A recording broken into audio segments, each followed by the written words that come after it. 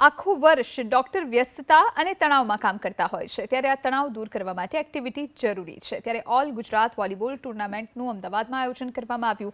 2 દિવસ ચાલનારી આ ટુર્નામેન્ટમાં રાજ્યમાંથી કુલ 24 ટીમોએ ભાગ લીધો છે।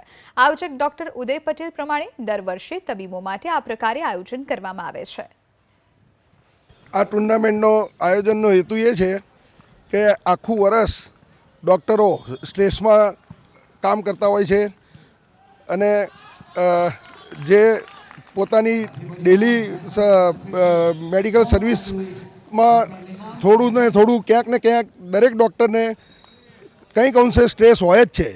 આ સ્ટ્રેસને દૂર કરવા માટે અમારી જોડે આ સ્પોર્ટ્સ એક બહુ મોટો જરિયો છે।